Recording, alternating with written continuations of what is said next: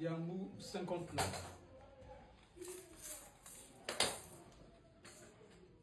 Diamou 59, Welitama Vova. Welitama Ta. Luzaya Vo. Nkulumbimbi ya Mazulu. Yedina Nzo Yansinda Mpando. Nzo ya bakulu bamuela Congo. Mbongi ya bakulu yedina. Ni muna muvaikilanga muningu wa ngudi kapeleko mbau ya Congo. Yena muluvungulu lwa ka Congo. La transcription en français. Nkulumbimbi est le sanctuaire de Nsinda,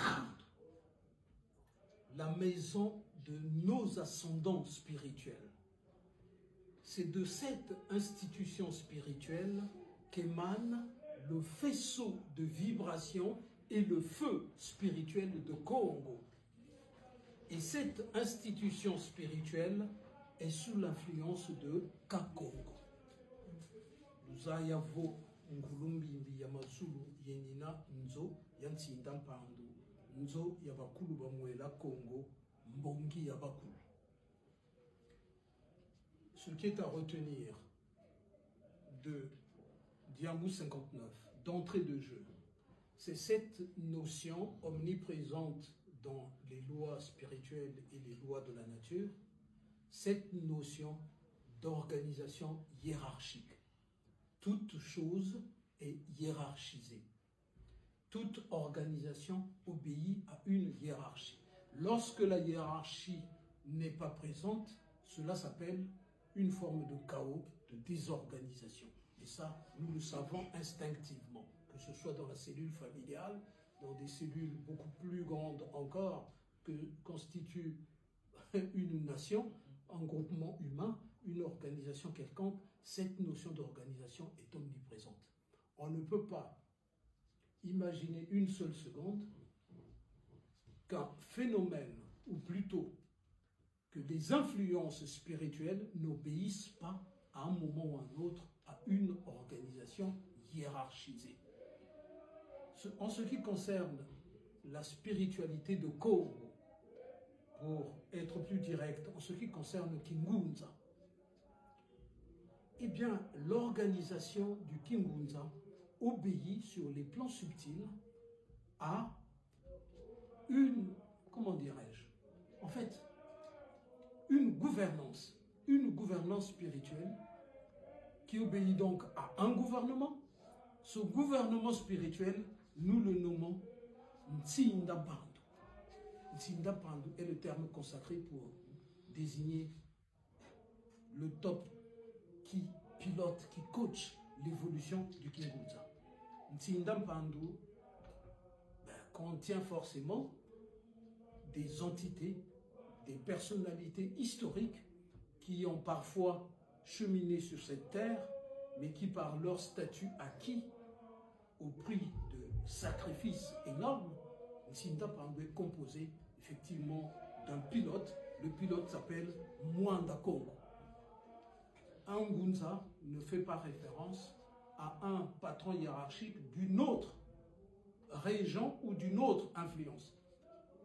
Quand vous croisez un Ngunza qui se réfère à telle personnalité, fût-elle remarquable au sens planétaire, mais qui n'est pas Mwanda Congo, cela s'appelle du syncrétisme. En Congo, nous on dit Ngunza Zansangi. Ils prennent là, ils prennent. On ne peut pas travailler chez Microsoft, aller toucher son salaire chez Toyota. Ça n'a pas de sens. Ça n'a pas de sens. Mushi Congo, Mumenga Wena Ngunza, qu'il le veuille ou non, il a en lui tous les sauts spirituels, à l'état certes inactivé, mais il a en lui tous les sauts spirituels. Quand on dit Mushi Congo, vous savez, l'ensemble Congo, il est vaste, il est vaste. Si on se contente de l'Afrique centrale ou les trois Congo, Angola, machin, cela ne suffit pas. J'ai ici déjà raconté plusieurs fois, j'ai croisé il n'y a pas si longtemps un Kamite, l'Afrique du Sud, je me rapproche de lui et je lui demande, mais vous êtes de quel coin? Évidemment, eux ils parlent anglais. I'm from South Africa. Ah bon, et alors, votre langue maternelle, laquelle est-elle? Quelle est votre langue maternelle? Ben, tout de suite, Zulu. Et what does it mean? Zulu, c'est quoi? Heaven, heaven, le ciel. En Congo, on dit Zulu. Le groupe Congo est beaucoup plus vaste que ce que l'on comprend. Il fait pratiquement les 3/4 du monde kamite, en tout cas en Afrique, du continent noir. J'ai déjà raconté ici, encore une fois, j'ai pris l'avion, j'étais assis à côté de Comoriens, ils étaient en train de parler, et puis je comprenais par moments la moitié des mots. J'ai demandé à ce couple, mais quelle langue vous êtes en train de parler? Maori ou quelque chose comme ça. Et alors, j'ai l'impression que je comprends quelques mots de ce que vous dites. Comment vous dites le chiffre 8 dans votre langue? Nane. Au Congo, on dit Nane. Hein? Donc, et 10 alors, comment vous dites? Koumi. Koumi, oui, ben voilà. Donc, le groupe Congo, il est vaste. Des pays tels que Kenya, Zambie, Zimbabwe, etc., etc. Enfin, quand vous descendez un peu plus jusqu'en Afrique du Sud, Botswana, etc. Évidemment, quand ça parle à la vitesse naturelle, vous pouvez ne pas comprendre. Mais dès que vous vous calmez et qu'on met tout ça par équipe, ah bah oui, ils m'ont dit la même chose, ah c'est les mêmes racines, c'est exactement la même structure. Le groupe Congo, il est vaste, il est vaste.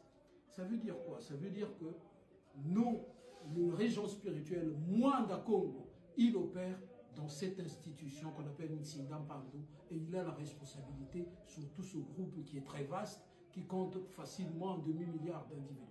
Ça, vous pouvez prendre votre stylo et calculer les populations des différentes régions, vous arriverez à peu près à cela.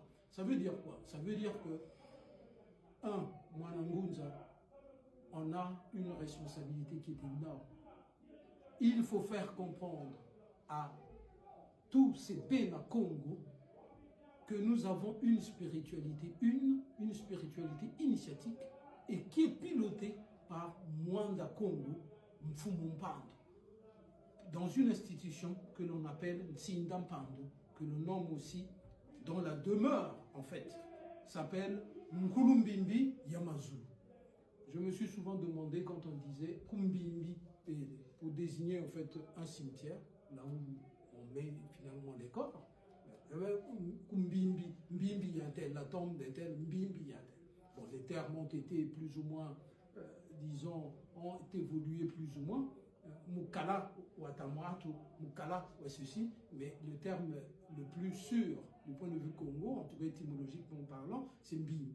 Mais pourquoi ça s'appelle Mbimbi?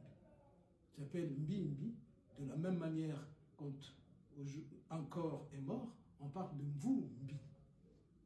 Donc Mvumbi, c'est-à-dire ce qui retourne dans le dense, dans la matière dense, le dense. Le dense qu'on appelle Mbi, et c'est pour ça qu'une empreinte de pièce est du Luta Mbi, parce qu'il s'agit de dense. Donc un cimetière, une tombe, il y en a Mbi Mbi, parce qu'il n'y a que du dense là-dedans.